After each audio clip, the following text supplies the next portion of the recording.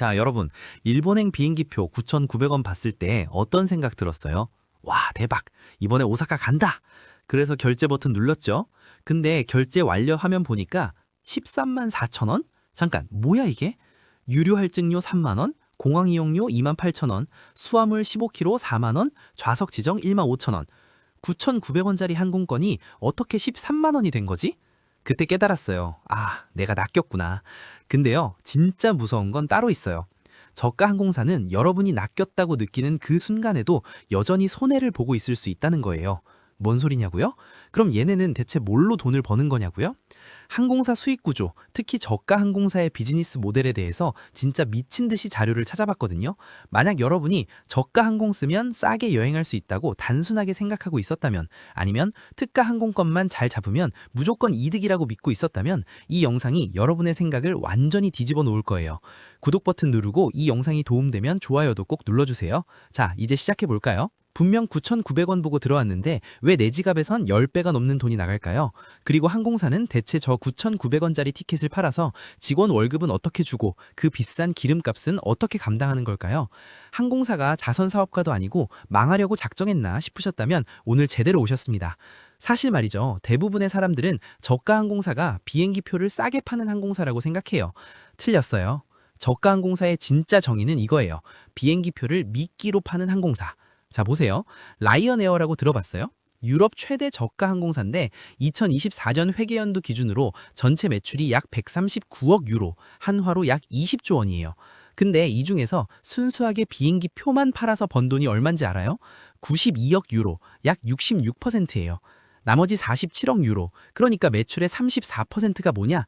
수화물 요금, 좌석 지정료, 우선 탑승, 기내식 판매, 렌터카 연결, 여행자 보험 수수료, 이런 부가 서비스에서 나오는 거예요. 47억 유로면 한화로 약 7조 원이에요. 비행기표 판매 말고 그냥 추가로 번 돈이 7조. 근데 이게 끝이 아니에요.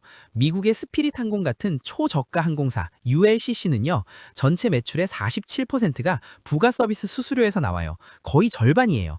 항공권 값보다 부가 서비스로 버는 돈이 더 많은 항공사도 있다는 거죠. 지금 이런 생각 들죠? 그럼 비행기 표는 그냥 손해보고 파는 거야? 맞아요. 거의 맞아요. 자, 실제 숫자로 한번 계산해 볼게요. 인천에서 오사카 가는 저가 항공 특가 항공권이 9,900원이라고 가정해 봐요. 보잉 737 800기종이 189석이에요. 전부 9,900원에 팔았다고 치면 한 번 비행에 항공권 매출이 얼마죠? 187만 1,100원이에요. 근데 인천 오사카 왕복 한 번 운행하는데 드는 비용이 대충 얼마인지 알아요? 연료비만 해도 1,500만 원에서 2천만 원 사이예요. 여기에 공항 착륙료, 지상 조업비, 승무원 인건비, 기체 감가상각비, 정비비 다 합치면 한 번 비행에 최소 4천만 원에서 5천만 원은 들어가요. 항공권 매출 187만 원으로 5천만 원짜리 비용을 감당해요? 불가능하죠. 그럼 왜 파는 거냐?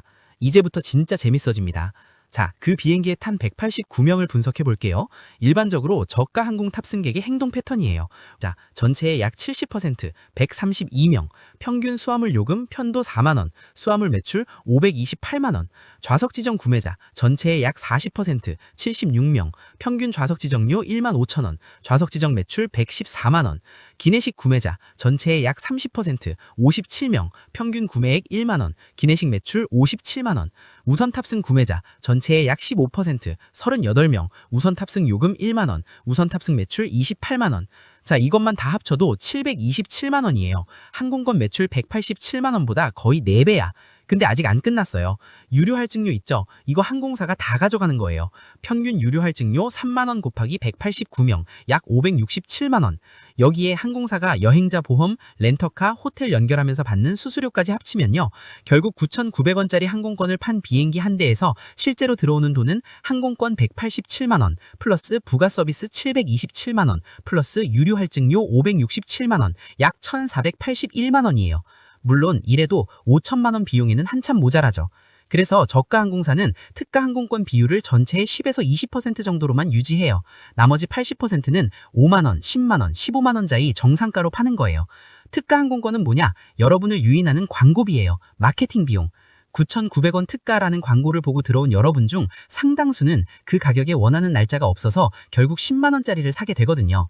사람들이 진짜 모르는 게 뭐냐면요. 저가 항공사가 진짜 돈 버는 비결은 비행기를 땅에 안 두는 거예요. 이걸 턴어라운드 타임이라고 해요.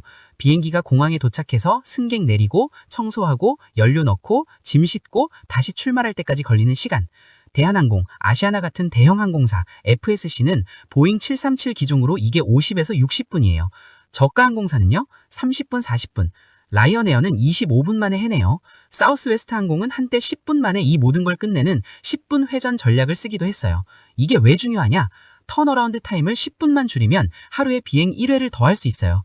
비행기 한 대로 비행기 1.2대분의 일을 시키는 거죠.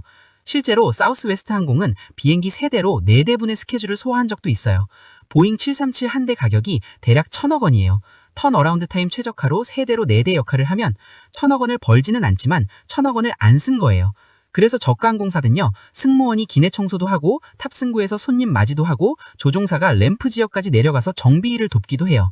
한 사람이 여러 일을 하는 거죠. 이걸 멀티태스킹이라고 하는데 이것만으로 인건비 15% 이상 절감이 가능해요. 여기서부터 진짜 재밌어집니다. 슬롯이라는 개념 들어봤어요? 슬롯은 비행기가 특정 공항에서 특정 시간에 뜨고 내릴 수 있는 권리예요. 일종의 허가증이죠. 인천공항처럼 바쁜 공항은 아무나 아무 때나 착륙할 수 없어요. 슬롯을 배정받아야 해요. 그리고 이 슬롯은요, 한번 잡으면 기득권이 생겨요. 그 시간대에 80% 이상 운행하면 계속 그 슬롯을 유지할 수 있어요. Use it or lose it 룰이라고 해요. 자, 이게 왜 중요하냐? 김해공항 슬롯 포화율이 98%예요. 오후 2시 이후 비선호 시간대 빼면 실질적으로 100%가 꽉 찬 거예요. 새로 진입하려는 항공사가 좋은 시간대 슬롯을 잡으려면 기존 항공사가 포기하거나 팔아야 해요. 2012년에 영국 항공이 BMI라는 항공사를 인수했는데 사실 그 항공사 비행기나 직원이 탐나서가 아니라 런던 히드로 공항에 슬롯이 탐났던 거예요. 슬롯은 항공사에 보이지 않는 자산이에요. 재무제표에는 안 나오지만 회사 가치의 상당 부분을 차지하는. 저가 항공사들이 왜 적자를 감수하면서도 노선을 유지할까요? 슬롯을 뺏기지 않으려고요. 특가 항공권 9,900원에 팔아도 그 노선을 포기 안 하는 이유가 여기 있어요. 한번 슬롯을 놓치면 영원히 그 시간대를 잃을 수 있거든요.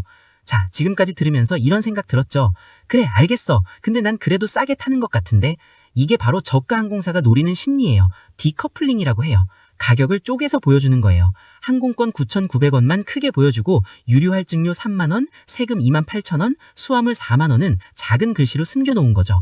우리 뇌는 처음 본 가격에 앵커가 걸려요. 9,900원이라는 숫자를 보는 순간 우리 뇌는 이미 싸다고 판단을 내린 거예요. 그 다음에 아무리 추가 요금이 붙어도 그래도 원래 싼 항공편이니까 라고 합리화하게 돼요. 실제로 저가 항공사 평균 최종 결제 금액은 처음 광고한 가격의 3에서 5배인 경우가 많아요. 더 교묘한 건요, 선택에 착각을 주는 거예요. 수화물 안 붙이면 되잖아. 좌석 지정 안 하면 되잖아. 맞아요. 근데 여러분 진짜 해봤어요? 3박 4일 일본 여행을 7kg 기내용 가방 하나로? 가능은 해요. 근데 엄청 불편해요. 좌석 지정 안 하면 2시간 비행 동안 화장실 옆에 좌석에 끼어 앉아야 할 수도 있어요. 저가 항공사는 여러분이 난 괜찮아, 불편해도 돼 라고 생각하게 만들어요. 근데 결국 70%의 승객이 수화물을 붙이고 40%가 좌석을 지정해요. 우리의 불편을 감수하겠다는 결심은 생각보다 약해요. 자, 이제 실제로 써먹을 수 있는 팁을 알려줄게요. 첫 번째, 총 비용을 먼저 계산하세요. 항공권 검색할 때 가격 낮은 순으로 정렬하지 마세요. 의미 없어요. 처음부터 수화물 15kg, 좌석 지정, 유류 할증료 다 포함해서 계산하세요. 그러면 저가 13만 원이 대형 15만 원과 2만 원밖에 차이 안 날 수도 있어요. 그 2만 원에 기내식, 넓은 좌석, 마일리지 적립이 포함되면 어떤 게 진짜 이득일까요? 두 번째, 부가 서비스는 미리 사세요. 수화물, 좌석 지정은 예약할 때 같이 사면 공항에서 사는 것보다 최대 50%까지 싸요. 공항에서 수화물 1kg 초과됐다고 현장에서 추가 요금 내면 온라인 사전 구매의 2배, 3배예요. 세 번째, 왕복보다 편도를 조합하세요. 저가 항공은 왕복 할인이 거의 없어요. 어차피 편도 2번이에요. 그러니까 갈 때는 저가 항공, 올 때는 대형 항공 이렇게 조합하는 게 오히려 나을 수 있어요. 특히 여행 마지막 날 피곤할 때는 편한 게 최고거든요. 네 번째, 특가 시즌에 진짜 특가를 노리세요. 저가 항공 특가는 보통 출발 23개월 전에 풀려요. 그리고 화요일, 목요일 출발이 가장 싸요. 주말 아침 비행기? 그건 특가 아니에요. 그건 수요가 많아서 오히려 비싼 구간이에요. 다섯 번째, 짐을 줄이는 연습을 하세요.